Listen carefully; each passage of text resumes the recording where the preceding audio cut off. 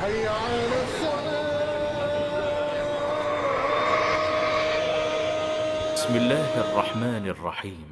الله ولي الذين آمنوا يخرجهم من الظلمات إلى النور والذين كفروا أولياؤهم الطاغوت يخرجونهم من النور إلى الظلمات أولئك أصحاب النار هم فيها خالدون.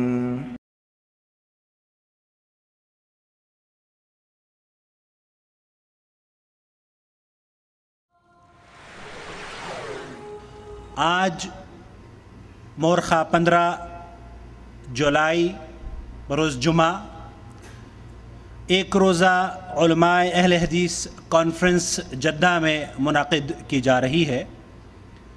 اس کانفرنس میں بر صغیر کے جید سلفی علماء کرام شرکت فرما رہے ہیں۔ شعبان کا مہینہ بڑا مبارک مہینہ، اللہ کے رسول صلی اللہ علیہ وسلم کی دعاؤں کا مہینہ ہے۔ اللہ کے نبی اس کے اندر دعا کیا کرتے تھے۔ اب انڈیا سے آئے ہوئے لوگ ہندو بھی یہی عقیدہ رکھیں کہ یہ مٹی کا بت ہمیں باطنی فیض دیتا ہے، اور مسلمان بھی یہ کہے مٹی کی یہ قبر ہمیں باطنی فیض دیتی ہے۔ فرق کیا رہا؟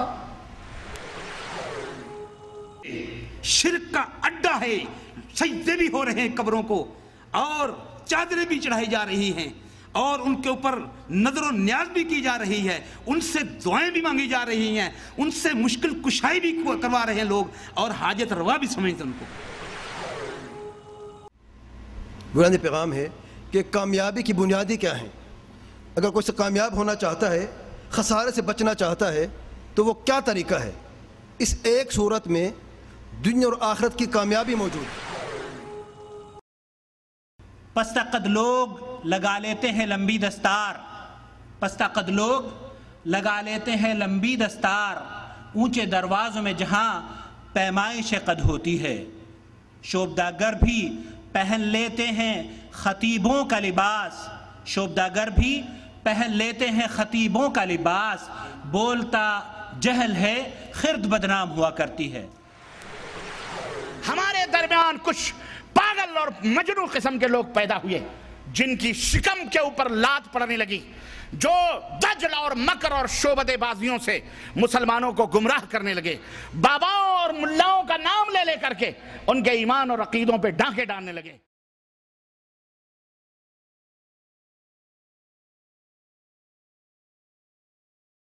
ہم نے کہا عالم خیال میں کہ اے پاک پروردگار، تو نے کہا ان کے راستے پر چلا جس کے اوپر تیرا انعام ہوا ہے، اے بار الہ رہنمائی فرما دے، کون ہیں وہ ہستیاں، کون ہیں وہ بابرکت اور باقسمت لوگ، اور کون ہیں وہ خوش نصیب جن کے اوپر تیرا انعام ہوا ہے۔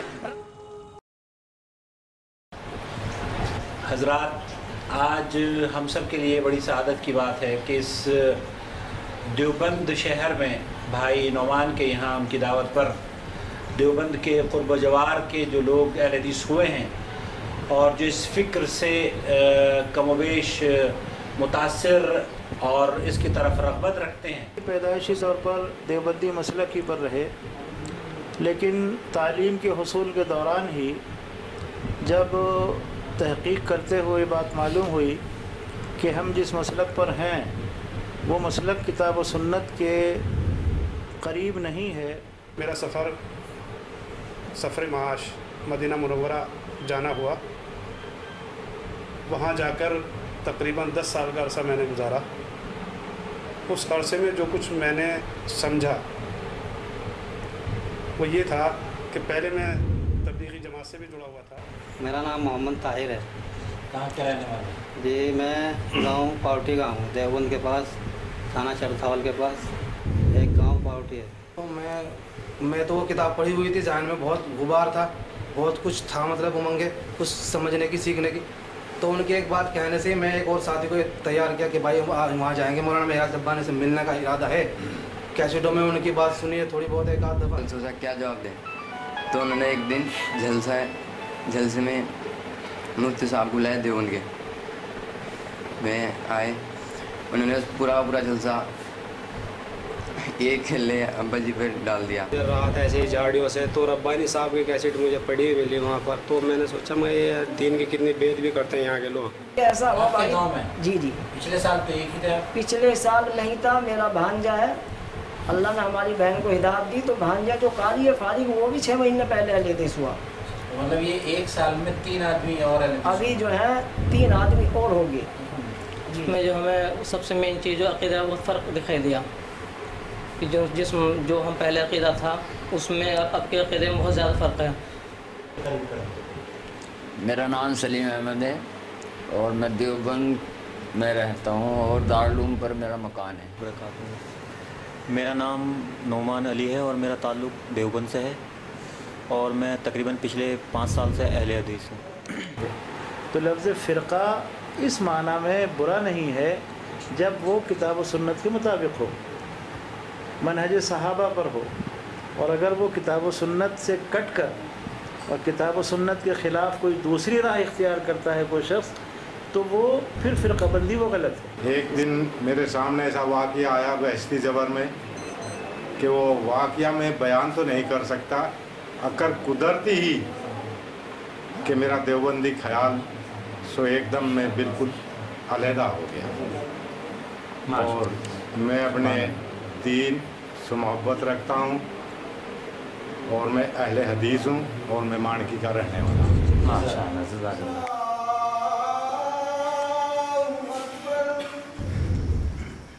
رسول اللہ صلی اللہ علیہ وسلم ہم مسلمانوں کے لیے اللہ کے بعد محبت کے سب سے زیادہ مستحق ہیں.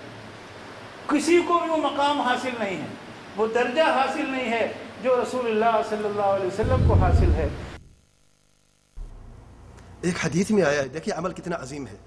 نبی کریم صلی اللہ علیہ وسلم فرماتے ہیں کہ قیامت کے دن ایک شخص کو ایک جگہ ملے گی درجہ بلند جنت میں. وہ شخص کہے گا میرے تو عمل اتنی ہے ہی نہیں, یہ درجہ کہاں سے ملا مجھے؟ اسے کہا جائے گا تیرے مرنے کے بعد تیری اولاد کی دعا نے تمہیں یہاں پہ پہنچایا ہے. یہ اہل الحدیث کا ایک کام تھا کہ انہوں نے رسول اللہ صلی اللہ علیہ وسلم کی طرف منسوب جتنی حدیثیں ہیں وہ سب جمع کی, پھر ان کی تحقیق کی. تحقیق کے سلسلے میں سارے لاکھوں آدمیوں کے حالات محفوظ کیے, پھر اس کے بعد اس کی فقہ یا اس سے جو مسائل نکلتے ہیں استنباط ان پر توجہ دی. یہ اہل الحدیث کے بنیادی 3 فرائض تھے. دعوت سینٹر حی السلامہ اور اسلامی بندرگاہ جدہ کے اس سینٹر کے ذمہ داران کی جانب سے ایک بار پھر آپ کا بھائی محمد عاقل آپ کا اس جی سی ٹی کمپاؤنڈ میں خیر مقدم کرتا ہے, خوش آمدید کہتا ہے. یہ ایک روزہ اہل حدیث علماء کانفرنس اس لیے منعقد کی گئی ہے تاکہ ہم اپنے علماء سے ان کو دیکھ سکیں, سن سکیں اور ان سے استفادہ کر سکیں. ابھی آپ نے فضیلت شیخ یعقوب باجوہ کو سماعت فرمایا. اس کے بعد میں ایک ایسی شخصیت کو دعوت خطاب دینے جا رہا ہوں جس کی قلم کی نوک نے دیوبند اور اہل دیوبند کو پریشان کر دیا. گزشتہ دنوں سن 2010 میں دیوبند میں تھا اور کچھ لوگوں سے ہم نے ملاقاتیں کی. کل ملا کر وہاں پر جس علاقے میں ہم موجود تھے وہ دیوبندی ہی شہر ہے, وہاں اہل حدیث نہیں ہوا کرتے تھے. آج گزشتہ سال کی بات یہ ہے کہ وہاں 5-7 اہل حدیث ہو گئے. ان سے ملاقاتیں ہوئیں, ان کے ہم نے انٹرویو ریکارڈ کیے. اور اس سال جب میں ابھی گزشتہ مہینے دیوبند میں تھا تو وہ 5-7 کی تعداد تقریباً 30-35 شخصیت پر ہو چکی ہے. اور اللہ کے فضل و کرم سے قرب جوار جو دیوبند, جہاں دیوبند دارالعلوم دیوبند کا مدرسہ ہے, اس کے ارد گرد میں سلفی دعوت اللہ کے فضل و کرم سے پہنچ رہی ہے. صرف یہی نہیں کہ وہاں دعوت پہنچ رہی ہے، بلکہ اس دعوت کے نتیجے میں جو وہاں پر ہلچل اور بلبلاہٹیں ہم وہاں کی دیکھ رہے ہیں، وہ یہ ہوتا ہے کہ ایک آدمی اگر یہاں سے صحیح منہج سمجھ کر جاتا ہے تو اس کے منہج کو بگاڑنے کے لیے، اس کو قرآن و سنت سے دور کرنے کے لیے دیوبند سے خاص طور پر اہتمام کر کے علماء کو یا جہلاء کو یا ایسے خطیبوں کو لایا جاتا ہے جو کہ ان کو کسی نہ کسی طریقے سے یہ ثابت کر سکے کہ یہ لوگ جو ہیں گمراہ ہیں، ان کی دعوت منحرف دعوت ہے، ان کی افکار میں نہ جانے کیا کیا چیزیں موجود ہیں۔ دیوبند کے قریب ایک گاؤں میں اہل حدیث ہوا، یہاں سے وہ لوٹا اور اس کے خلاف دیوبندی علماء نے اجتماع کیا، اور وہ کیسٹ ہم نے سنی جس میں انہوں نے شیخ طالب الرحمن کو نہ جانے کیا کیا انہوں نے کہا، کیا نہیں کہا۔ ان لوگوں کی خدمت میں میں صرف یہ شعر پڑھنا چاہوں گا کہ پستہ قد لوگ لگا لیتے ہیں لمبی دستار، پستہ قد لوگ لگا لیتے ہیں لمبی دستار، اونچے دروازوں میں جہاں پیمائش قد ہوتی ہے، شوبداگر بھی پہن لیتے ہیں خطیبوں کا لباس، شوبداگر بھی پہن لیتے ہیں خطیبوں کا لباس، بولتا جہل ہے خرد بدنام ہوا کرتی ہے۔ حضرات، یہ اہل حدیث کی دعوت کیا ہے اور اللہ رب العالمین نے اس روئے زمین پر انسانوں کی ہدایت کے لیے کس دعوت اور کس فکر کو پیش کیا ہے؟ ہماری دعوت اور دوسری تنظیموں کی دعوت کیا ہے؟ اسی پر گفتگو کرنے کے لیے میں فضیلت شیخ طالب الرحمن سے درخواست کروں گا کہ تشریف لائیں اور اپنی نصیحتوں سے ہمیں نوازیں۔ فلیتفضل فضیلت الشیخ طالب الرحمن۔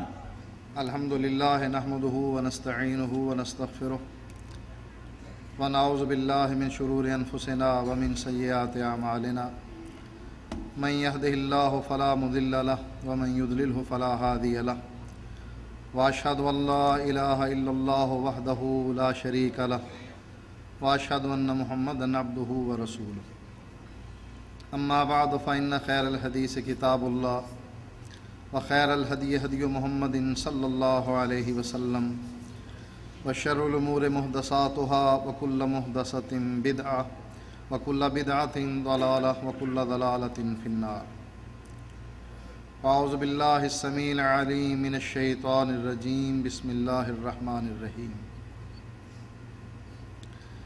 اتبعوا ما انزل الیکم من ربکم ولا تتبعوا من دونہ اولیاء۔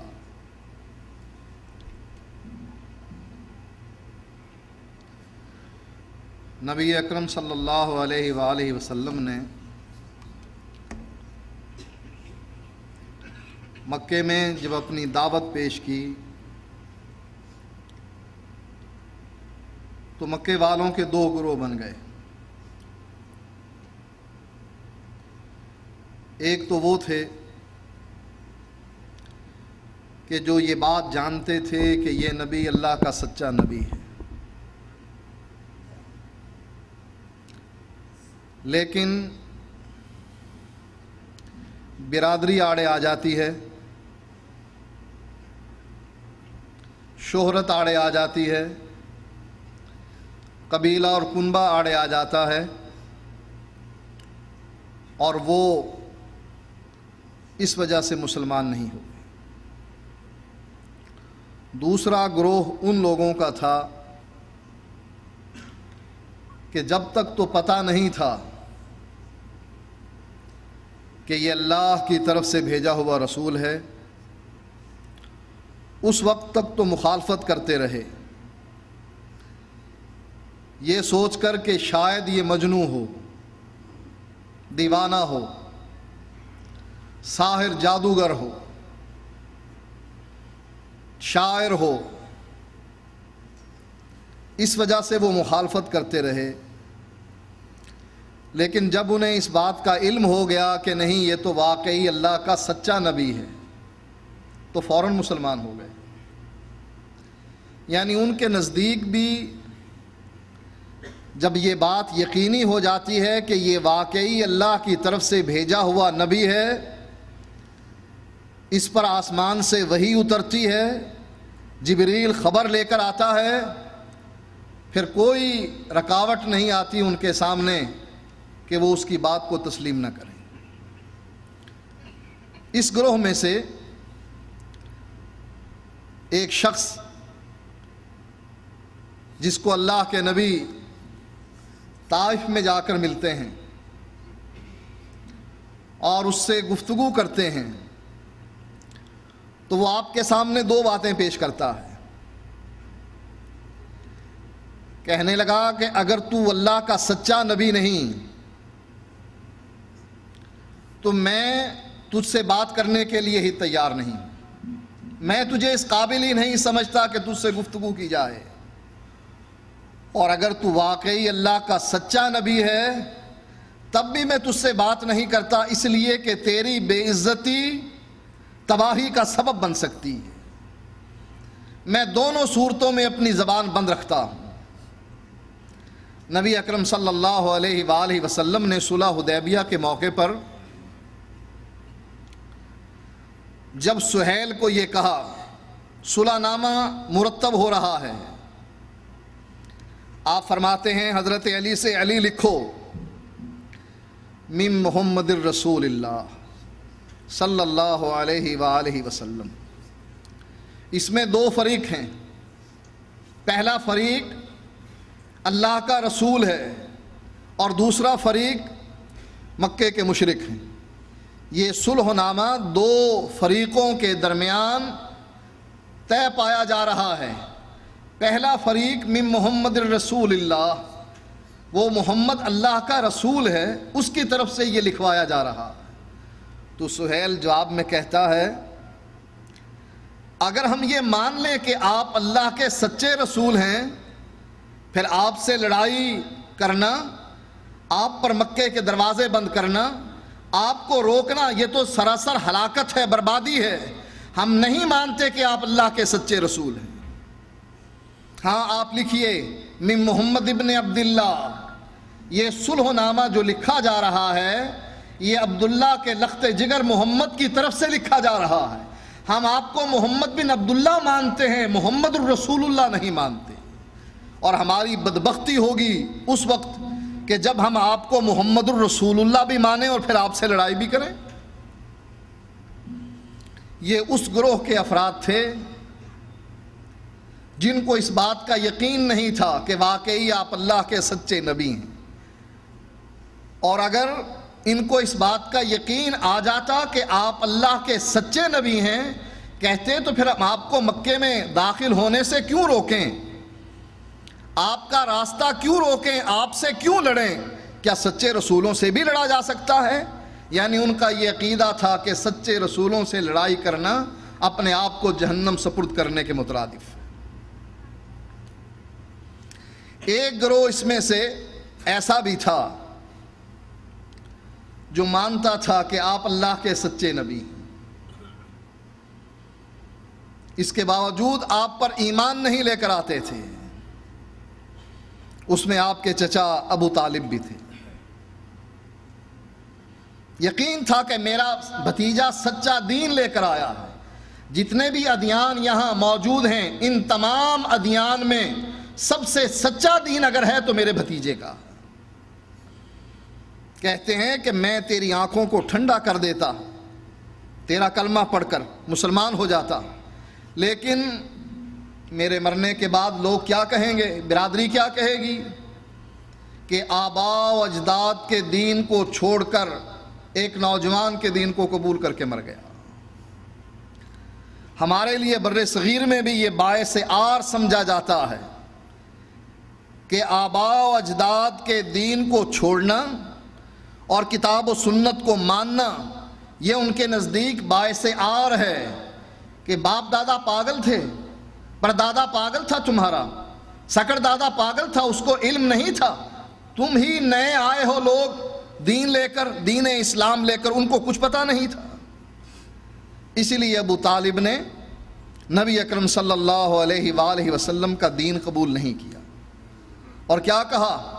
فاخترت النار علی العار، میں نے اس آر کے بدلے میں جہنم کی آگ لینا پسند کیا ہے، اس کو چن لیا ہے۔ جہنم کی آگ گوارا ہے لیکن یہ آر گوارا نہیں کہ لوگ طعنہ زنی کریں گے۔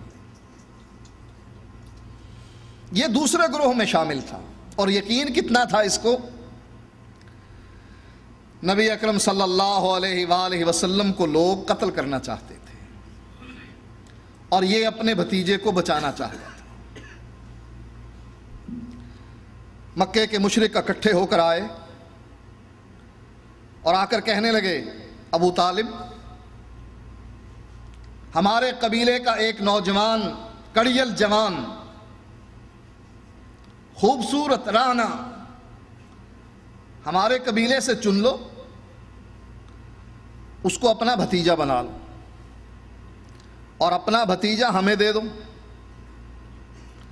ابو طالب پوچھنے لگے، تمہارے نوجوان کا میں کیا کروں گا؟ جس کو میں اپنا بھتیجا بناؤں گا اس کا میں کیا کروں؟ کہا، اس کی پرورش کرنا، اس سے محبت کرنا، اس کو لباس پہنانا، کھانا کھلانا، اس کی تربیت کرنا، اس کو اپنا بھتیجا بنا لینا، پال پوس کر جوان کرنا، اس کی شادی کر دینا۔ کہا، اچھا یہ تو میں تمہارے نوجوان کے ساتھ کروں جس کو میں اپنا بھتیجا بناؤں، اور جو میرا اپنا سگا بھتیجا ہے وہ میں تمہیں دے دوں، تم کیا کرو گے؟ میں تمہارے نوجوان کی پرورش کروں، اس کو کھانا کھلاؤں، اس کی تربیت کروں، اس کو جوان کر کے شادی کروں، یہ تو میں تمہارے نوجوان کے ساتھ کروں گا، لیکن یہ بتاؤ تم میرے بھتیجے کے ساتھ کیا سلوک کرو گے؟ کہا، تم جب ہمیں اپنا بھتیجا دے دو گے ہم اس کو ذبح کر دیں گے۔ کہنے لگے، یہ تو عجیب تقسیم ہے تمہاری کہ میں اپنے سگے بھتیجے کو ذبح کروانے کے لیے تمہارے سپرد کر دوں اور تمہارے نوجوان کی پرورش کے لیے اس کو چن لوں۔ اس کو اپنے بھتیجے سے بڑا پیار تھا، بھتیجے کو چچا سے بھی بڑا پیار تھا اور چچا کو بھتیجے سے بھی بڑا پیار تھا، دونوں ایک دوسرے سے پیار کرتے تھے۔ اتنا پیار، اپنی اولاد سے زیادہ پیار۔ شیب ابی طالب میں جب اللہ کے نبی بستر پر سو جاتے، ابو طالب اپنے بھتیجے کو اٹھاتے، اس کے بستر پر اپنے بیٹے کو لٹا دیتے اور بھتیجے کو اس کے بستر پر لٹا دیتے۔ کسی نے اس تبدیلی کے بارے میں پوچھا کہ یہ اس کے بستر کیوں بدلتے ہو؟ کہا، اس لیے بدلتا ہوں اس خوف سے کہ شاید دشمن نے سونے سے پہلے میرے بھتیجے کا بستر دیکھ لیا ہو، رات کو کسی وقت موقع پا کر وہ اگر اس گھاٹی میں آ کر حملہ کر دے، میں اس کا بستر اس لیے بدلتا ہوں کہ جس بستر پر یہ سویا ہوا ہے اس کو اٹھا کر اپنے بیٹے کے بستر پر لٹاتا ہوں کہ جب حملہ آور حملہ کرنے کے لیے آئے میرے بیٹے پر حملہ کرے اور میرا بھتیجا بچ جائے۔ اتنی محبت تھی، اور بھتیجے کو بھی اپنے چچا سے بڑی محبت تھی۔ اس سال کو غم کا سال قرار دیا محمد الرسول اللہ صلی اللہ علیہ وآلہ وسلم نے، جس سال آپ کے چچا ابو طالب فوت ہوئے اور حضرت ختیجہ فوت ہوئی۔ یہ غم ہی تھا جس کو دیکھ کر اللہ نے قرآن میں یہ آیت اتاری، اے نبی تو اس کو ہدایت نہیں دے سکتا، انک لا تہدی من احببت ولکن اللہ یہدی من یشاء، جس سے تو محبت کرتا ہے تو اس کو ہدایت نہیں دے سکتا ہے، میں جس کو چاہوں ہدایت۔ یہ نبی کی محبت کا عالم تھا۔ نبی اکرم صلی اللہ علیہ وآلہ وسلم نے اسی شیب ابی طالب میں اپنے چچا کو خبر دی کہ چچا، بیت اللہ کی دیواروں کے ساتھ مکے کے مشرکوں نے جو تحریر لکھ کر لٹکا دی تھی، معاشی بائیکاٹ کی، معاشرتی بائیکاٹ کی، اللہ تعالیٰ نے اس پر ایک کیڑے کو مسلط کر دیا ہے. وہ کیڑا ساری تحریر چاٹ گیا ہے، صرف اللہ کا نام باقی رہا. جب ابو طالب کو اس بات کی خبر ملی، یہ خبر لے کر یہ حرم میں پہنچا. وہاں دیکھا تو حرم کا نقشہ ہی بدلا ہوا تھا. ایک اس کونے میں بیٹھا ہے ایک آدمی، ایک دوسرے کونے میں، ایک تیسرے کونے میں، ایک چوتھے کونے میں، اور ہر آدمی آواز بلند کر رہا ہے یہ ظلم ہے،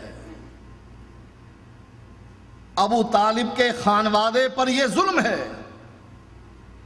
عبداللہ کے لخت جگر پر یہ ظلم ہے، ان عورتوں اور بچوں پر یہ ظلم ہو رہا ہے. وہ اس گھاٹی میں قید ہیں جہاں کھانے پینے کی چیزیں میسر نہیں، جہاں بچے دودھ کی وجہ سے بلک رہے ہیں، جہاں کے لوگ درختوں کے پتے توڑ کر کھا رہے ہیں. اگر کسی کو جوتی کا تلا ملتا ہے وہ اس کو آگ پر بھون کر اس کی راکھ پھانک رہا ہے. یہ زیادتی ہے اس کے ساتھ. ہم اس معاشرتی بائیکاٹ کرتے ہیں، ہم اس کو تسلیم نہیں کرتے، ہم اس تحریر کو پھاڑیں گے. ہم تو اس وقت بھی اس بات کے لیے تیار نہیں تھے جب یہ تحریر لکھی جا رہی تھی. ابو جہل پہلے کونے والے کی بات سنتا ہے، پھر دوسرے کونے والے کی، پھر تیسرے کی، پھر چوتھے کی. ہر ایک کی آواز یہی ہے کہ یہ ظلم ہے، یہ زیادتی ہے، ہم اس تحریر کو نہیں مانتے، ہم پھاڑیں گے. ابو جہل کہنے لگا یہ سکیم یہاں نہیں بنی، لگتا ہے باہر سے بنا کر آئے ہو. ابو طالب بھی وہاں موجود تھے. وہ اٹھ کر کہنے لگے دیکھو تم مجھ سے میرے بھتیجے کو طلب کرتے رہے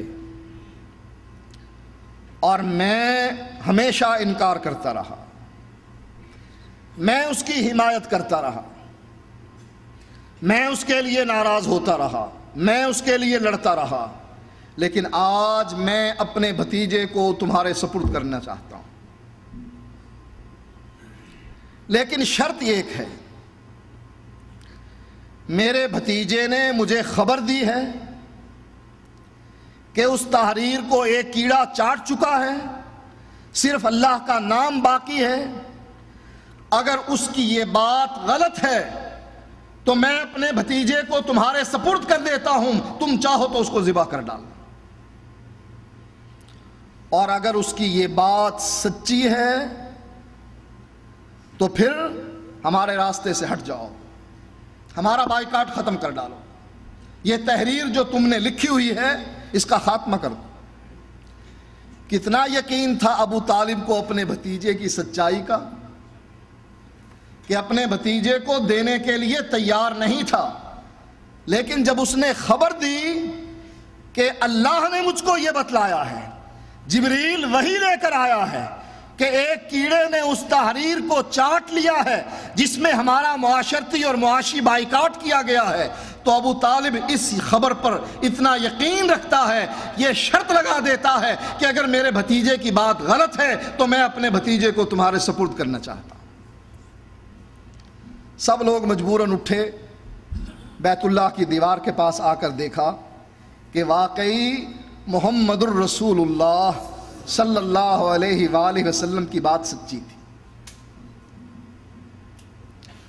ان واقعات سے ثابت کیا ہوتا ہے کہ اس دور کے لوگ چاہے وہ کسی گروہ سے ہوں، ماننے والوں سے ہوں یا نہ ماننے والوں سے ہوں، اس گروہ کے لوگ اس بات کا یقین رکھتے تھے کہ جو بات محمد الرسول اللہ صلی اللہ علیہ وآلہ وسلم کی زبان سے نکلتی ہے وہ بات سچی ہوا کرتی. جو عقیدہ ان کو سمجھ آ گیا وہ عقیدہ آج ہمیں سمجھ نہیں آ رہا. جو عقیدہ ابو طالب کو، ابو جہل کو سمجھ آ گیا. ایک دن کچھ نوجوان اکٹھے ہو کر ابو جہل سے پوچھتے ہیں چچا اب تو کوئی سن بھی نہیں رہا، ہم خود ہی بیٹھے ہیں، اپنے ہی ہیں، غیر نہیں ہیں، یہ بتلائیے کہ یہ اللہ کا نبی سچا نبی ہے یا جھوٹا نبی ہے؟ یہ دیکھتے ہوئے کہ غیر سن نہیں رہے، نوجوانوں سے کہتا ہے بھتیجو اگر سچی بات سننا چاہتے ہو تو یہ اللہ کا سچا نبی ہے۔ کہا مانتے کیوں نہیں؟ کہا مانتے اس لیے نہیں کہ ہمارا خاندان پیچھے رہ جائے گا اور اس کا خاندان آگے بڑھ جائے گا۔ یہ بھی حاجیوں کی خدمت کرنے والا خاندان ہے، ہمارا خاندان بھی حاجیوں کی خدمت کرتا ہے، وہ بھی بیت اللہ کی صفائی کرتے ہیں، ہم بھی بیت اللہ کی صفائی کرتے ہیں، ہم اور یہ برابر برابر ہیں، لیکن یہ کہتے ہیں کہ ہم میں سچا نبی ہے تو ہمارے خاندان میں تو کوئی جھوٹا نبی بھی نہیں ہے، ہم ان کا مقابلہ کیسے کریں؟ اس آر کی وجہ سے میں اس سچے نبی کو ماننے کے لیے تیار نہیں۔ اسی لیے اللہ تعالیٰ سے یہ دعا کرتا ہے۔ تھا تو ابو الحکم فیصلے کیا کرتا تھا لوگوں کے، پنچایتی آدمی تھا، لیکن اس آر کی وجہ سے، مسلمانوں کی مخالفت کی وجہ سے ابو الحکم سے ابو جہل بن گیا کہ جاہل ہے، یہ کتنا بڑا جاہل ہے۔ اپنے رب سے دعا کرتا ہے کہ مولا اگر یہ اللہ کا سچا نبی ہے تو دعا تو یہ کرنی چاہیے تھی نا کہ یا اللہ اگر یہ تیرا سچا نبی ہے مجھے بھی ہدایت عطا فرما، مجھے بھی کتاب و سنت پر چلا۔ کہنے لگا کہ اے اللہ اگر یہ اللہ کا سچا اے اللہ اگر یہ تیرا سچا نبی ہے فَأَمْطِرْ عَلَيْنَا حِجَارَةً مِّنَ السَّمَاءِ، آسمان سے ہم پر پتھروں کی بارش نازل فرما۔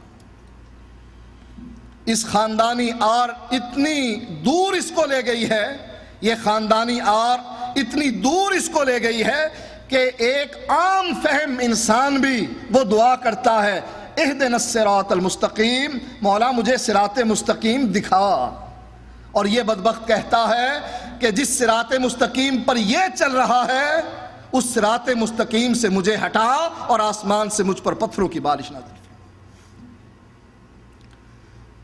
عمیر بن وہب صفوان بن امیہ کے ساتھ حرم میں بیٹھے ہیں، حتیم میں صفوان بیٹھا ہوا ہے اور عمیر اس کے پاس پہنچتے ہیں، خوش آمدید کہتا ہے، ایک دوسرے کو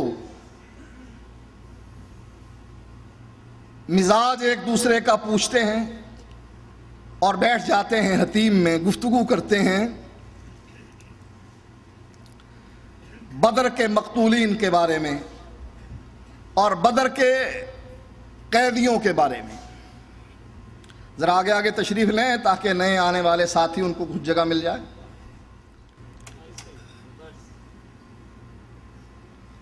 یاد کر کے روتے ہیں ان مقتولین کو جن کو اللہ کے نبی نے بدر کے کنویں میں پھینک دیا، اور یاد کر کے روتے ہیں ان قیدیوں کو جن کو اللہ کے نبی نے مدینے میں قید کر لیا۔ صفوان کہتا ہے کہ ان کے مرنے کے بعد جینے کا کوئی مزہ نہیں رہا۔ عمیر جواب میں کہتا ہے بات تو آپ نے سچی کی ہے کہ زندگی کا لطف ہی جاتا رہا، بڑے بڑے سردار مر گئے ہمارے، اس وقت کا فرعون ابو جہل بھی مارا گیا۔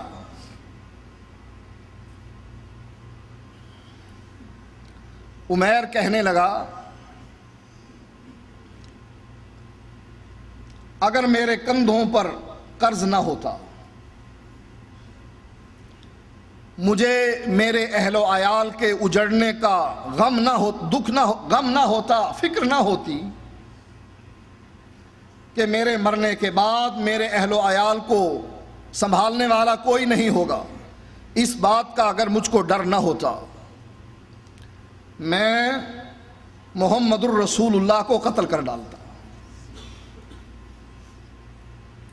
صفوان بن امیہ نے اپنے کان کھڑے کیے، یہ آفر سن کر کہ ایک شخص جو مسلمانوں کا جانی دشمن ہے وہ یہ کہہ رہا ہے دو چیزوں کو مد نظر رکھتے ہوئے، ایک میرے کندھے پر قرض نہ ہوتا لوگوں کا اور مجھے اپنے اہل و عیال کا ڈر نہ ہوتا تو میں محمد الرسول اللہ کو قتل کر ڈالتا۔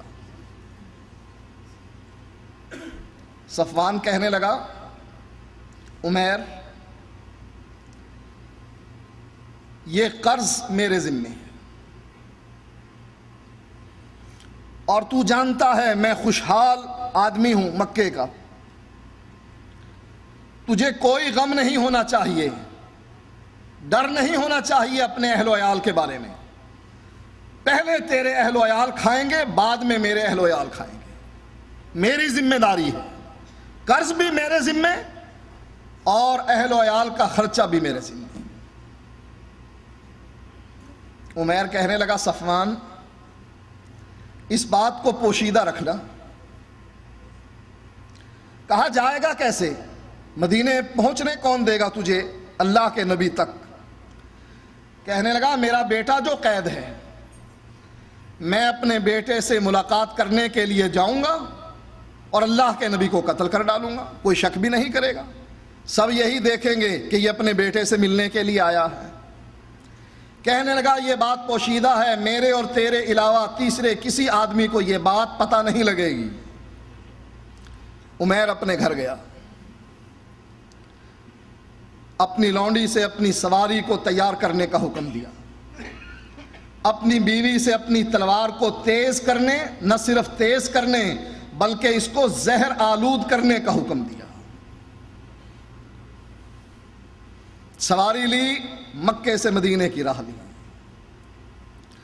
حضرت عمر رضی اللہ تعالی عنہ کی نگاہ پڑی، عمیر مسجد نبوی کے دروازے پر اتر رہا تھا۔ آپ فرمانے لگے اللہ کا دشمن مسجد نبوی میں، اپنے ساتھیوں سے کہنے لگے کہ تم اللہ کے نبی کے ارد گرد گھیرا ڈالو، اور نبی اکرم صلی اللہ علیہ وآلہ وسلم کو خبر دینے کے لیے حضرت عمر اللہ کے نبی کے پاس پہنچے اور عرض کرنے لگے اللہ کے نبی عمیر آیا، مسلمانوں کا دشمن۔ آپ نے فرمایا لے آؤ عمیر کو۔ حضرت عمر نے، اس کے گلے میں تلوار لٹک رہی تھی، حضرت عمر نے اس کے گریبان کو تلوار سمیت پکڑا اور اس کو کھینچتے ہوئے اللہ کے نبی کے پاس لے آئے۔ نبی اکرم صلی اللہ علیہ وآلہ وسلم نے حضرت عمر کو عمیر کو پکڑے ہوئے دیکھ کر فرمایا عمر اس کو چھوڑ دو۔ حضرت عمر نے اس کو چھوڑ دیا۔ آپ فرمانے لگے عمیر آگے آ جاؤ، عمر پیچھے ہٹ جاؤ۔ عمیر آگے آ گیا اور حضرت عمر پیچھے ہٹ گئے۔ جب عمیر قریب آ گیا اللہ کے نبی پوچھتے ہیں کہو عمیر کیسے آئے ہو؟ کہا اللہ کے نبی اپنے بیٹے کو رہائی دلوانے کے لیے آیا ہوں، مہربانی کیجئے مجھ پر، میرے بیٹے کو رہا کر دیجئے۔ آپ نے فرمایا عمیر سچ کہتے ہو؟ کہا ہاں سچ کہتا ہوں۔ آنے کا یہی مقصد ہے؟ کہا ہاں یہی مقصد ہے۔ کہا سچ کہہ رہے ہو؟ کہنے لگا سچ کہہ رہا ہوں۔ فرمایا یہ تلوار گلے میں کیوں لٹکا رکھی ہے؟ جواب میں بات بناتے ہوئے کہتا ہے اس تلوار کا برا ہو، اس نے بدر میں ہمارا کیا کام کیا؟ آپ نے فرمایا عمیر اس کے علاوہ تو کوئی مقصد نہیں۔ کہنے لگا اس کے علاوہ میرا کوئی مقصد نہیں۔ فرمایا عمیر تمہارے درمیان اور صفوان بن امیہ کے درمیان حتیم میں کیا گفتگو ہوئی تھی؟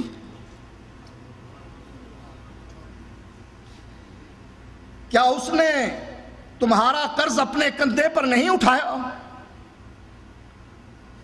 کیا اس نے تمہارے اہل و عیال کا خرچہ اپنے ذمے نہیں لیا؟ اور کیا اس خبر کو پوشیدہ رکھنے کا حکم نہیں دیا؟ عمیر یاد رکھو تمہارے ارادوں کے درمیان میرا رب حائل ہے، تم مجھے قتل کرنا چاہتے ہو لیکن میرا رب مجھ کو بچانا چاہتا ہے۔ حیرت سے عمیر کی آنکھیں پھٹی کی پھٹی رہ گئی، ہکا بکا ہو گیا۔ چند لمحے گزرنے کے بعد کہنے لگا اشہد ان لا الہ الا اللہ واشہد ان محمد رسول اللہ۔ اے اللہ کے نبی، مکے میں آپ ہمیں یہ باتیں بتلایا کرتے تھے، ہم کہتے تھے کہ جن سکھا جاتا ہے اس کو، پرانے لوگوں کے قصے ہمیں سنا دیتا ہے۔ ہمیں اس بات کا یقین نہیں تھا کہ واقعی یہ خبر آپ پر آسمان سے اترتی ہے، لیکن آج میں نے تجربہ کر لیا ہے، اس خبر کا میرے اور صفوان کے علاوہ کسی تیسرے کو علم نہیں تھا۔ اس کا معنی یہ ہے کہ یہ خبر اللہ تعالیٰ نے آپ کو دی ہے اور آپ اللہ کے سچے رسول ہیں، اس لیے میں گواہی دیتا ہوں کہ اللہ کے علاوہ کوئی الہ نہیں اور آپ اللہ کے سچے رسول۔ عمیر بھی جانتا تھا کہ جو خبر آسمان سے اترتی ہے سچی اترتی ہے، جو وحی کے ذریعے آتی ہے اس خبر کی سچائی میں کوئی شک نہیں۔ ابو طالب کو بھی اس بات کا علم تھا کہ میرے بھتیجے نے جو خبر دی ہے کہ اس کیڑے نے اس پوری تحریر کو چاٹ لیا ہے، یہ واقعی آسمان سے وحی کے ذریعے علم ہوا ہے، لہٰذا اس نے شرط لگا دی کہ میں اپنے بھتیجے کو تمہارے حوالے کرنے کے لیے تیار۔ ان کا بھی یہ عقیدہ تھا کہ جو اترتی ہے خبر آسمان سے اس کی سچائی میں کوئی شک نہیں، لیکن بدقسمتی سے کہنا پڑتا ہے اس موضوع کے دوسرے حصے کی طرف آتے ہوئے کہ ہم مسلمانوں کو اس بات کا شک ہے کہ آسمان سے اترنے والی خبر واقعی سچی ہے یا جھوٹی ہے، اسی لیے ہم اس خبر کو چھوڑ کر کسی اور طرف چلے جاتے ہیں، کبھی دائیں کبھی بائیں، کبھی آگے کبھی پیچھے۔ اے مسلمانوں، کیا اس بات کا آپ کو شک ہے کہ آسمان سے اترنے والا قرآن جبریل لے کر آیا ہے؟ کیا آپ کو اس بات کا شک ہے کہ محمد الرسول اللہ صلی اللہ علیہ وآلہ وسلم کی زبان سے نکلنے والی باتیں وما ينطق عن الهوى ان هو الا وحی یوحی آسمان سے اترنے والی وہی ہے جس کے ذریعے سے اللہ کے نبی گفتگو کرتے ہیں؟ کیا آپ کو اس بات پر شک ہے کہ اللہ کے نبی فرماتے ہیں حضرت عبداللہ سے، عبداللہ لکھ اس ذات کی قسم جس کے ہاتھ میں محمد کی جان ہے، میری زبان سے جو بات نکلے گی حق نکلے گی۔ اگر شک نہیں، آپ اس گروہ میں ہیں جیسے مکے کی وادی کے دو گروہ تھے، جب تک شک تھا اس وقت تک ایمان نہیں لائے، اور جب شک دور ہو گیا ایمان لے آئے۔ حضرت طفیل انہی میں سے تھے۔ کانوں میں روئی ٹھونسی ہوئی، ساتھیوں نے خبر دی ایک جادوگر ہے جس کا نام محمد ہے، جو اس کی بات سنتا ہے وہ اسی کا ہو رہتا۔ اتنا پروپیگنڈا کیا کہ طفیل نے، شاعر تھے، دانا بینا انسان تھے اپنے قوم کے، کانوں میں روئی ٹھونس لی، کیوں؟ اس کی بات میرے کانوں میں نہ پڑے۔ یہی بات بر صغیر کے علماء نے اچک لی اور کیا کہتے ہیں اپنے مقتدیوں سے، اپنی بھیڑوں سے، وہابیوں کی مسجد میں نہ جانا، ان کا درس نہ سننا، ان کی تقریر نہ سننا۔ کیوں؟ جو ایک مرتبہ ان کی مسجد میں چلا جاتا ہے بس وہ انہی کا ہو رہتا۔ طفیل کو بھی یہی بات ان کے ساتھیوں نے سمجھائی کہ اگر آباء و اجداد کا دین پیارا ہے تو اس کے قریب نہ جانا، اس کی بات نہ سننا، سنتے ہی بدل جائے گا تو۔ کانوں میں روئی ٹھونس دی، بیت اللہ کا طواف شروع کر دیا، اللہ کے نبی قرآن کی تلاوت کر رہے ہیں، عبادت کر رہے ہیں۔ یہ دل جس کے بارے میں اللہ کے نبی فرماتے ہیں کہ اگر یہ صحیح ہو جائے پھر پورا جسم صحیح ہے، اور اگر یہ بیمار سارا جسم بیمار، چاہے پہلوان ہے، اگر دل کا مریض ہے، اس کی جسامت، اس کی طاقت اس کے کوئی کام نہیں آتی، دل کا مریض ہے۔ دل نے طفیل سے کہا طفیل شاعر ہے نا تو، اور اس کے بارے میں بھی یہی ہے کہ یہ شاعر ہے، تو بھی شعر کے اونچ نیچ کو جانتا ہے، قافیہ ردیف کو جانتا ہے، اس کلام سے واقف ہے، یہ کیا عقل مندی ہے کہ اس کی بات سنے بغیر فیصلہ دے دے؟ تو نے فیصلہ دے دیا ہے، کانوں میں روئی ٹھونس لی ہے،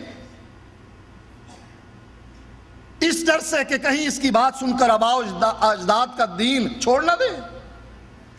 دل نے سمجھایا، اس کے ہاتھوں نے حرکت کی، روئی باہر نکلی، اللہ کے نبی کے قریب گیا، قرآن کی چند آیات اس کے کانوں نے سنی، دل میں جا پہنچی، کہنے لگا نہیں، شاعر نہیں ہے یہ، میں بھی شاعر ہوں، یہ کلام کسی انسان کے بس کا نہیں۔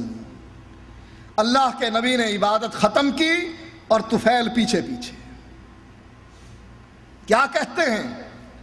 آپ کے بارے میں مجھے بہت کچھ بتلایا گیا، لیکن جو میں نے سنا وہ بات نہیں تھی جو مجھ کو بتلائی گئی، مجھے کلمہ پڑھائیے، مجھ کو مسلمان کر لیجیے۔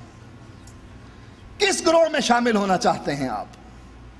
اس گروہ میں جس کو اس بات کا جب یقین پیدا ہو جاتا ہے، جب تک یقین پیدا نہیں ہوا تھا اس وقت تک کانوں میں روئی تھی، اور جب یہ یقین پیدا ہو گیا کہ سنوں تو صحیح کہہ کیا رہا ہے، جب باتوں کی سمجھ آئی اور کانوں سے ٹکرائی اور دل میں اتری، زبان پر آ گیا اشہد ان لا الہ الا اللہ۔ ہماری دعوت اور ان کی دعوت میں یہی فرق ہے۔ ہماری دعوت کیا ہے؟ اللہ کے قرآن کی، محمد الرسول اللہ کے فرمان کی، اللہ کی توحید کی اور محمد الرسول اللہ کی رسالت کی۔ کوئی مسلمان ہے تو ہاتھ کھڑا کر کے کہے کہ مجھے شک ہے اللہ کے قرآن پر۔ ہے شک کسی کو؟ کیا آپ میں سے کسی کو شک ہے نبی کے فرمان پر؟ کیا اللہ کی توحید میں شک ہے آپ کو؟ نبی کی رسالت میں شک ہے؟ اگر نہیں تو یہی تو ہماری دعوت ہے۔ ہم لوگوں سے کیا کہتے ہیں؟ جو آیت میں نے آپ کے سامنے پڑھی تھی اس میں اللہ نے کیا فرمایا؟ اتبعوا ما انزل الیکم من ربکم، اتباع اس کی کرو جو آسمان سے اتر رہا ہے، تمہارے رب کی طرف سے اتر رہا ہے، جبریل وحی لے کر آ رہا ہے۔ یہ قرآن 23 سالوں میں اللہ تعالیٰ نے محمد الرسول اللہ صلی اللہ علیہ وسلم کے دل پر نازل کیا۔ اِنَّا أَنزَلْنَاهُ فِي لَيْلَةِ الْقَدْرِ، آسمان دنیا پر لیلۃ القدر میں اس قرآن کو اتار دیا گیا، پھر 23 سال میں آہستہ آہستہ تھوڑا تھوڑا کر کے اللہ کے نبی کے دل پر اترا۔ اور اس حدیث کے بارے میں یہ آپ نے سن ہی لیا، قرآن کی یہ آیت وَمَا يَنْتِقُ عَنِ الْهَوَىٰ إِنْ هُوَ إِلَّا وَحْيٌ يُوحَىٰ، میرا نبی جب بھی بولتا ہے، شریعت کی بات کرتا ہے، آسمان سے جبریل اترتا ہے، وحی لے کر آتا ہے، وحی کے ذریعے نبی کو اطلاع دی جاتی ہے، تب نبی خبر کرتا ہے۔ یہ ہمارا مسلک ہے، یہ ہماری دعوت ہے۔ لیکن اس کے مقابلے میں ہمارے بر صغیر میں 2 گروہ ہیں، بڑے گروہ، تیسرے کی میں بات نہیں کرتا، اس لیے کہ تیسرے گروہ میں سے یہاں کوئی بھی نہیں۔ 2 گروہ ہیں جو زیادہ پائے جاتے ہیں، یا علماء دیوبند کا ہے یا علماء بریلی کا ہے۔ اچھا علماء دیوبند کی اور علماء بریلی کی کیا دعوت ہے؟ کیا قرآن کی دعوت ہے؟ کیا نبی کی حدیث کی دعوت ہے؟ اگر قرآن و حدیث کی دعوت ہے تو ہم میں اور ان میں فرق کیا؟ بدقسمتی یہی ہے کہ ان کی دعوت قرآن و حدیث کی دعوت نہیں، ان کی اپنی لکھی ہوئی کتاب ہے، ہماری نہیں، افتراء نہیں، بہتان نہیں، اپنے ہاتھوں سے لکھ کر اپنے پریس سے چھپوانے والے خلیل احمد سہارنپوری اور اس پر دستخط کرنے والے حکیم الامت اشرف علی تھانوی سمیت علماء دیوبند ایک کتاب مرتب کرتے ہیں، نام لکھتے ہیں اس کا المہند المفند، یعنی عقائد علماء دیوبند۔ اس کے مقدمے میں سوالوں کے جواب سے پہلے تمہید میں، مقدمے میں ذکر کرتے ہیں اپنے عقیدے کا کہ ہم ہیں کون۔ کہتے ہیں جو علماء حرم نے سوال بھیجے تھے علماء دیوبند، دارالعلوم دیوبند کی طرف، ان سوالوں کے جواب سے پہلے اپنے عقیدے کا اظہار کرتے ہیں کہ ہم ہیں کون، جیسے ہم نے اظہار کیا کہ ہم ہیں کون، اللہ اور اس کے رسول کی ماننے والے۔ وہ کہتے ہیں سب سے پہلے ہمارے بارے میں جاننا چاہیے کہ ہم ہیں کون۔ کہتے ہیں ہم عقیدے میں ابو الحسن اشعری یا ابو منصور ماتریدی کی تقلید کرنے والے، اور مسائل میں نعمان ابن ثابت، ابو حنیفہ رحمۃ اللہ علیہ جو امام اعظم ہیں ان کی تقلید کرنے والے ہیں۔ دو شخصیتوں کو مانتے ہیں، ایک عقیدے میں اصول میں، ایک مسائل میں یعنی فروع میں۔ عقیدے میں ابو الحسن اشعری یا ابو منصور ماتریدی، اور مسائل میں نعمان ابن ثابت، ابو حنیفہ رحمۃ اللہ علیہ، دو شخصیتوں کا تعارف کرواتے ہیں، ہم ان کی تقلید کرتے ہیں۔ ہم بھی دو شخصیتوں کا تعارف کرواتے ہیں، پہلی شخصیت اللہ کی، دوسری شخصیت محمد الرسول اللہ کی۔ ہم عقیدہ بھی انہی دو شخصیتوں سے لیتے ہیں اور مسائل بھی انہی دو شخصیتوں کے مانتے ہیں، اور وہ تعارف کرواتے ہوئے کیا کہتے ہیں؟ عقیدہ لیتے ہیں ابو الحسن اشعری کا یا ابو منصور ماتریدی کا، اور مسائل لیتے ہیں امام ابو حنیفہ نعمان ابن ثابت کے۔ اب بتلائیے کہاں ہے قرآن، کہاں ہے حدیث؟ انہوں نے اپنا آپ خود پیش کر دیا آپ کے سامنے کہ ہم تو یہ ہیں، اگر ہمیں ماننا ہے تو آپ کی مرضی ہے۔ ہمارے ایک ہاتھ میں ابو الحسن اشعری یا ابو منصور ماتریدی ہے اور دوسرے ہاتھ میں نعمان ابن ثابت ہے۔ آپ نے سنا ہی ہوگا ان لوگوں کا عقیدہ ہے چاروں برحق، چار مذاہب ہیں، چاروں برحق۔ کون سے؟ حنفی، شافعی، مالکی، حنبلی۔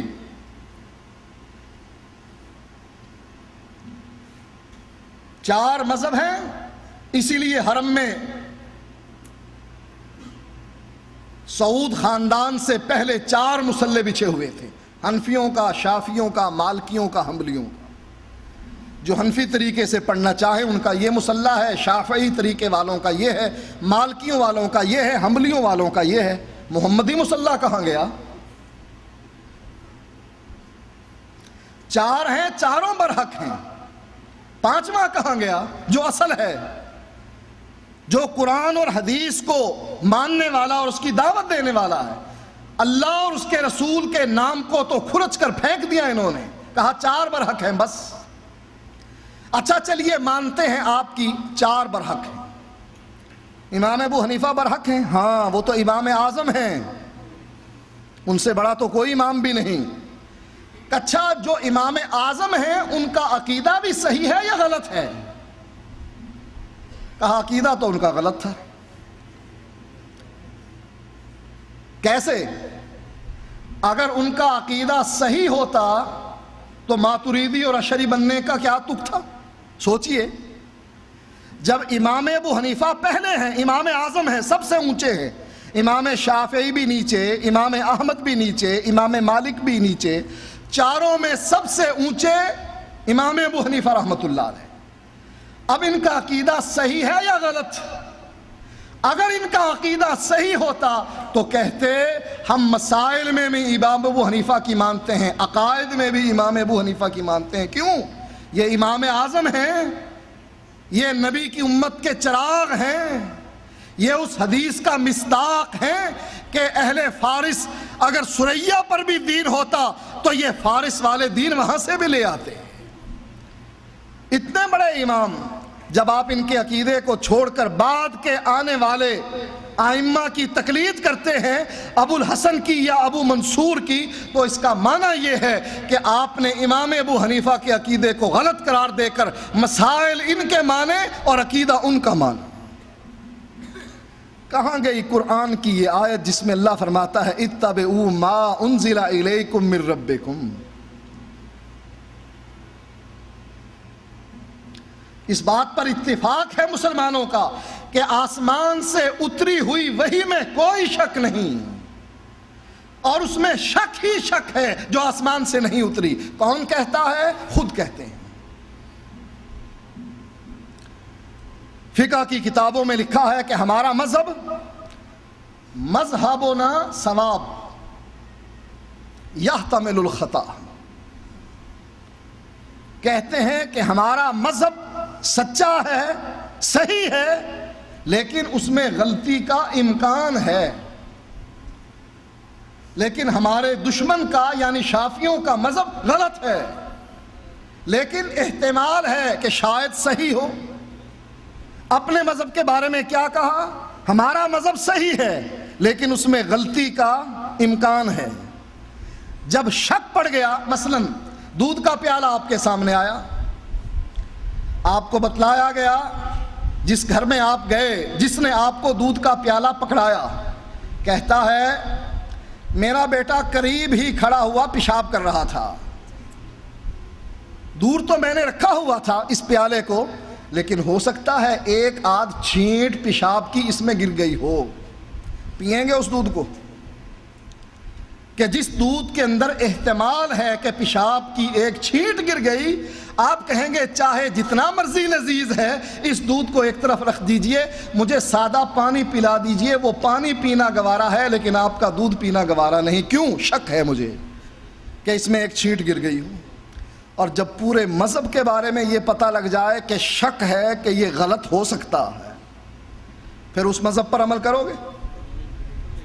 ہم سے پوچھو ہمارے مذہب کے بارے میں، ہم کہتے ہیں اللہ کے فضل سے 100% نہیں 200% ہمارا مذہب صحیح ہے، غلطی کا کوئی امکان نہیں، اس لیے کہ یہ اللہ نے بھیجا ہے، جبریل لے کر آیا ہے، محمد الرسول اللہ پر نازل ہوا ہے، اور آپ کے صحابہ نے اس کو لکھ دیا ہے اور گارنٹی دے دی ہے، قرآن کی بھی حدیث کی بھی، لکھ میری زبان سے جو بات نکلے گی حق نکلے گی، سچ نکلے گی۔ لہٰذا ہمارے مسلک اور مذہب کے مقابلے میں، کتاب و سنت کے مقابلے میں جو اصل دین ہے، نہ دیوبندیت آ سکتی ہے نہ بریلویت آ سکتی ہے۔ دیوبندیت نام ہے علماء دیوبند کے عقائد کا۔ دیکھیں یہ وفا کرنے والے لوگ نہیں، ہم ہمیشہ سے وفا کرتے ہیں۔ ہماری ابتدا اس وقت سے ہوئی جس وقت قرآن کی یہ آیت اتر رہی تھی، جبریل ہمارے آقا سردار کو بھیج رہا تھا اور کہہ رہا تھا اقرأ بسم ربک الذی خلق۔ یہ ابتدا تھی ہمارے مسلک اور مذہب کی، اور اختتام احکام کے لحاظ سے آخری آیت جو ہماری کتاب میں اتری ہے الیوم اکملت لکم دینکم واتممت علیکم نعمتی ورضیت لکم الاسلام دینا، دین مکمل ہو گیا۔ ہم نے اللہ اور اس کے رسول سے ہمیشہ وفا کی ہے، اس وقت سے لے کر آج تک اور قیامت تک۔ ہم جب بھی کوئی بات کہتے ہیں یا اللہ کی یا اللہ کے نبی کی۔ تیسری بات ہمارے سٹیج سے آپ نے کبھی سنی؟ امام بخاری کی، امام مسلم کی، امام ترمذی کی اپنی رائے، اپنے اقوال، ہمارے سٹیج سے یا اللہ کی یا اس کے رسول کی بات آتی ہے۔ ہم وفا کرنے والے ہیں اور یہ جفا کرنے والے ہیں۔ ہمارے پروگرام کے بارے میں جاننے کے امام ابو حنیفہ کو پکڑا، ہمیں اپنے قیمتی مشوروں سے نوازنے کے عقائد میں ان کو چھوڑ دیا، کرم ہم سے ان پتوں پر رابطہ پھر اس کے بعد ابو منصور کو بھی چھوڑ دیا، ابو الحسن عشری کو بھی چھوڑ دیا۔ کیا کہا کہ ہمارے صوفیت کے 4 سلسلے ہیں، نقشبندی، قادری، چشتی، سہروردی۔ چھوڑیے اس بات کو کہ اللہ کے نبی یا صدیق اکبر یا فاروق اعظم یا عثمان غنی یا حضرت علی یا سعید اور سعد، عبد الرحمن بن عوف، ابو عبیدہ بن جراح، یہ عشرہ مبشرہ جس میں حضرت زبیر بھی آتے ہیں، میرے عزیزو یہ وہ لوگ تھے جن سے اللہ راضی ہوا تھا اور اس دین حنیف کی حفاظت کے لیے اپنے خون کی آخری قطرے بھی انہوں نے اللہ کی دربار اللہ کی بارگاہ میں بتلائیے امام ابو حنیفہ نقشبندی تھے، قادری تھے، چشتی تھے، سہروردی تھے، تم نے امام ابو حنیفہ سے وفا نہ کی. پھر بتلائیے ابو منصور یا ابو الحسن نقشبندی تھے، قادری تھے، چشتی تھے، سہروردی تھے؟ نہیں. تو پھر یہ چیزیں چار طریقت کے سلسلے کہاں سے آئے؟ اس کا معنی یہ ہے کہ تمہارا دین کبھی بھی مکمل نہیں ہوگا. ہمارا دین مکمل ہوا. ایک یہودی آ کر کہنے لگا عمر جو آیت تمہاری کتاب میں اتری ہے اگر یہ آیت کہیں ہماری کتاب میں اترتی اس دن کو ہم عید کا دن مناتے جس دن قرآن کی یہ آیت ہماری کتاب میں اترتی الیوم اکملت لکم دینکم. حضرت عمر رضی اللہ تعالی عنہ فرمانے لگے اس یہودی سے ہمیں پتہ ہے، اس دن کا بھی پتہ ہے، عرفات کا دن تھا جس دن آسمان سے یہ آیت اتر رہی تھی اور یہ دن مسلمانوں کے لیے عید کا دن تھا، لہٰذا یہ دن خوشی کا دن تھا اور یہ آیت جو ہمارے دین میں اتری ہے اور ہمارے دین کی تکمیل کا اعلان کر رہی ہے، جس کا تمہیں حسرت بری نگاہوں سے دیکھ رہے ہو تم کہ یہ ہماری تورات میں کیوں نہیں اتری ہے، تو یہ آیت جس میں ہمارے دین کی تکمیل کا تذکرہ ہے الحمدللہ ہمارے قرآن میں ہے کہ ہمارا دین مکمل ہو گیا اور تمہارا دین ہر روز بن رہا. صرف یہی نہیں، شاید لوگ سمجھتے ہیں کہ ہمارا اختلاف ان سے رفع الیدین یا آمین پر ہے. غلط. ہمارا ان سے اختلاف رفع الیدین اور آمین پر نہیں. ٹھیک ہے یہ اللہ کے نبی کی سنتیں ہیں، یہ نہیں مانتے، ہم مانتے ہیں، لیکن یہ بنیادی اختلاف نہیں ہمارا. ہمارا بنیادی اختلاف کیا ہے؟ عقیدہ توحید پر ہے. یہی المحند المفند جو ان کی اپنی لکھی ہوئی ہے اور ان کے 70 کے قریب علماء کے دستخط موجود ہیں، اس میں لکھا ہے سوال کرنے والے نے سوال کیا ہے تمہارا کیا خیال ہے؟ بزرگ اپنی زندگی میں اور مرنے کے بعد بزرگوں کے سینوں سے تم فیض حاصل کرنے کے قائل ہو؟ یہ ان کی زندگی کی بات ہے. بزرگوں کی زندگی میں بزرگوں کے سینے سے فیض، باطنی فیض حاصل کرنے کے تم قائل ہو، اور بزرگوں کے مر جانے کے بعد کیا ان کی قبروں سے بھی باطنی فیض حاصل کرنے کے قائل ہو؟ اب قبر پرست کوئی ہوتا تو کہتا کہ ہاں ہم تو قبر سے باطنی فیض مانگتے ہیں. ان کو ہم سمجھتے ہیں کہ یہ اہل توحید ہیں. ان کا جواب ملاحظہ کیجئے. کہتے ہیں بزرگوں کی زندگی میں اور بزرگوں کے مرنے کے بعد، بزرگوں کی زندگی میں ان کے سینوں سے ہم باطنی فیض حاصل کرنے کے قائل ہیں. کیسے؟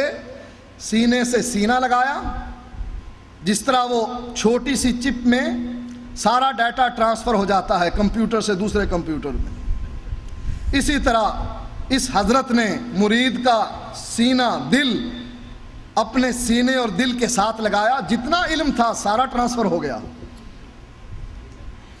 یہ ہے سینے سے سینہ ملا کر دل سے دل ملا کر علم ٹرانسفر کرنے کا طریقہ. چلیں یہ بھی کچھ ہلکی بات تھی، لیکن کہتے ہیں مرنے کے بعد جب بزرگ فوت ہو جاتے ہیں ان کے مرنے کے بعد ان کی قبر سے ہم باطنی فیض حاصل کرنے کے قائل. اب انڈیا سے آئے ہوئے لوگ ہندو بھی یہی عقیدہ رکھیں کہ یہ مٹی کا بت ہمیں باطنی فیض دیتا ہے، اور مسلمان بھی یہ کہے مٹی کی یہ قبر ہمیں باطنی فیض دیتی ہے. فرق کیا رہا؟ ہندوؤں نے اس کو کھڑا کر لیا، اپنے معبود کو کھڑا کر لیا اپنے سامنے، ہے وہ بھی مٹی کا، کہتے ہیں یہ ہمیں باطنی فیض دیتا ہے. اور مسلمانوں نے اپنے بزرگ کو اندر لٹا لیا، اس کے اوپر مٹی کی قبر بنا لی اور کہا یہ مٹی کی قبر بھی ہمیں باطنی فیض دیتی ہے۔ جب وہ مٹی کا بت باطنی فیض دے سکتا ہے تو مٹی کی قبر باطنی فیض نہیں دے سکتی۔ اب ہندوؤں اور مسلمانوں کے عقیدے میں کوئی فرق رہا؟ کہتے ہیں بزرگ مرنے سے پہلے بھی اور مرنے کے بعد بھی امداد کرتے ہیں اپنے مریدوں کی۔ چلے مرنے سے پہلے تو کسی نے امداد کر دی، کسی نے پیسے دے دیے، سامان لے دیا، لیکن یہ مرنے کے بعد کیسے امداد کی جاتی ہے؟ اشرف علی تھانوی جو ان کے حکیم الامت ہے، ان کا ایک واقعہ ذکر کرنے کے بعد آپ سے اجازت لیتا ہوں۔ اشرف السوانح کتاب کا نام ہے۔ اشرف علی تھانوی کی سوانح حیات لکھی جاتی ہے، اور اس میں اشرف علی راوی ہیں اس واقعے کے، اور روایت ہے ان کے نانا کی اور نانی کی۔ اشرف علی کہتے ہیں کہ میرے نانا ایک دفعہ سفر پر تھے، راستے میں ڈاکوؤں سے مڑ بھیڑ ہو گئی، ملاقات ہو گئی، آپس میں لڑائی ہو گئی۔ میرے نانا کے مرید کم تھے اور ڈاکو تعداد میں زیادہ تھے۔ ڈاکو حاوی ہو گئے، میرے نانا اپنے ساتھیوں سمیت شہید ہو گئے، اور ڈاکوؤں نے ان کا مال لوٹ لیا۔ یہاں تو یہ واقعہ ہوا، اشرف علی کہتے ہیں اسی رات میرے نانا میری نانی کے پاس آئے اور مٹھائی کا ڈبہ لائے اور فرمانے لگے ہر روز آیا کریں گے اور ہر روز مٹھائی کا ڈبہ لایا کریں گے، لیکن شرط یہ ہے بتانا نہیں کسی کو کہ رات کو اشرف علی کے نانا آئے تھے، چوروں اور ڈاکوؤں کی طرح رات کو آئے۔ اشرف علی کہتے ہیں میری نانی نے سوچا کہ صبح کو لوگوں کو کیا جواب دوں گی کہ یہ مٹھائی ان کو کون لا کر دیتا، لوگوں میں غلط باتیں مشہور ہوں گی، لہذا صبح کو اعلان کر دیا کہ رات کو اشرف علی تھانوی کے نانا آئے تھے، مٹھائی دے کر گئے تھے۔ اشرف علی کا بیان سنیے، فرماتے ہیں اس کے بعد میرے نانا کبھی بھی نہیں آئے، یعنی آ سکتے تھے، چونکہ نانی نے خلاف ورزی کی، معاہدے کی، لہذا اس کے بعد میرے نانا کبھی نہیں آئے۔ اب قرآن کیا کہتا ہے؟ اللہ یتوفی الانفس حین موتها واللتی لم تمت فی منامها فیمسک التی قضا علیہا الموت ویرسل الاخری۔ اللہ روحوں کو قبض کر لیتا ہے، جن پر موت کو مسلط کرنا ہوتا ہے ان کی روحوں کو روک لیتا ہے، قیامت تک ان کو واپس آنے دیتا۔ اور یہ اہل توحید کیا کہتے ہیں کہ نانا آئے تھے، ہر رات آنے کا وعدہ کر کے گئے تھے، لیکن نانی نے رات سے پردہ ہٹا دیا، اس کے بعد میرے نانا کبھی بھی نہیں آئے۔ اس کو توحید کہتے ہیں۔ اس کی وجہ سے تمہیں فخر ہے کہ ہم توحید کو ماننے والے ہیں۔ میرے بھائیو، ہماری بھی دعوت پرکھو، یہ کھلا میدان ہے۔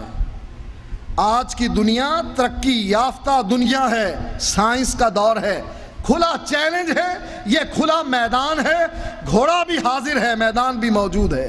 آزماؤ، پرکھو، پہچانو، دیکھو، بار بار پلٹو۔ آؤ ہم سے پوچھو ہم کیا کہتے ہیں، ان سے پوچھو وہ کیا کہتے ہیں۔ ہم سے پوچھو گے تو جب بھی پوچھو گے یا اللہ یا اس کے نبی کی بات، ان سے پوچھو گے تو بزرگوں کے قصے، زکریا صاحب کی کہانیاں، اشرف علی تھانوی کی کہانیاں، قاسم نانوتوی کے قصے، زکریا کے قصے، رشید احمد گنگوہی کے قصے، مولانا طیب کے قصے، دارالعلوم دیوبند کے مدیروں کے قصے، ہر وقت قصے کہانیاں ہی ان کا مذہب ہے۔ ہمارے اور ان کے درمیان فرق کر لیجئے، پرکھ لیجئے، دیکھ لیجئے، انشاءاللہ آپ کو ہماری بات اونچی نظر آئے گی کہ یہ جب کہتے ہیں یا قرآن سے کہتے ہیں یا حدیث سے کہتے ہیں، اور وہ جب کہتے ہیں اپنے بزرگوں کی باتوں سے کہتے ہیں، یہ ہمارے اور ان کے درمیان فرق ہے۔ اللہ تعالیٰ سے دعا ہے کہ اللہ تعالیٰ ہمیں ہدایت نصیب فرمائے۔ وآخر دعوانا ان الحمد للہ رب العالمین۔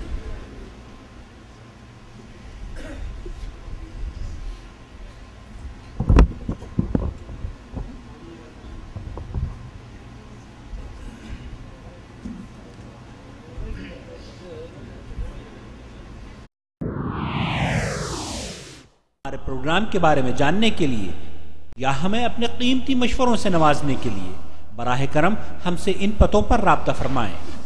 محمد عاقل، فون نمبر 0504686317، جدہ دعوت سینٹر حی سلامہ کا فون نمبر نوٹ فرما لیجئے 6828888۔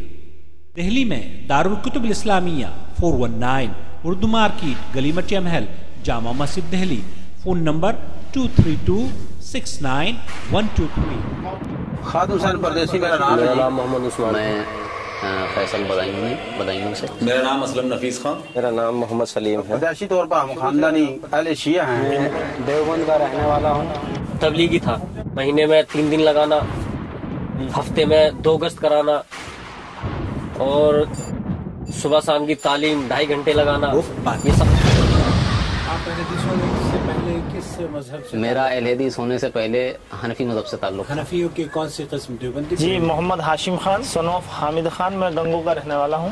میرا نام محمد تسلیم ہے، میں دیوبند کے پاس راجو پور کا رہنے والا ہوں۔ پہلے جو تھا بالکل ہم کھلی گمراہیت۔ میرا نام عبد المحسن ہے، مظفر نگر سے میرا تعلق ہے۔ مولانا محمد ناصر مدنی میں بریلوی مکتبہ فکر کی، مساجد بہار مدینہ، جامع مسجد شیر ربانی اور جامع مسجد کوسیا میں جمعہ شاہ۔ میرا نام شفیق احمد ہے، میں سہارنپور سے تعلق ہے۔ آپ کہاں کے رہنے والے ہیں؟ میں بیسیکلی علی گڑھ کے رہنے والا ہوں۔ تو میں جو اہل حدیث ہوا، اسٹڈی کے دوران میں نے علامہ اقبال رحمۃ اللہ علیہ کا ایک شعر پڑھا تھا، گر نہیں ہے جستجوئے حق کا تجھ میں ذوق و شوق، امتی کہلا کہ تو پیغمبر کو تو رسوا نہ کر، اور ہے فقط توحید و سنت امن راحت کا پیام، فتنہ جنگ و جدل تقلید سے پیدا نہ کر۔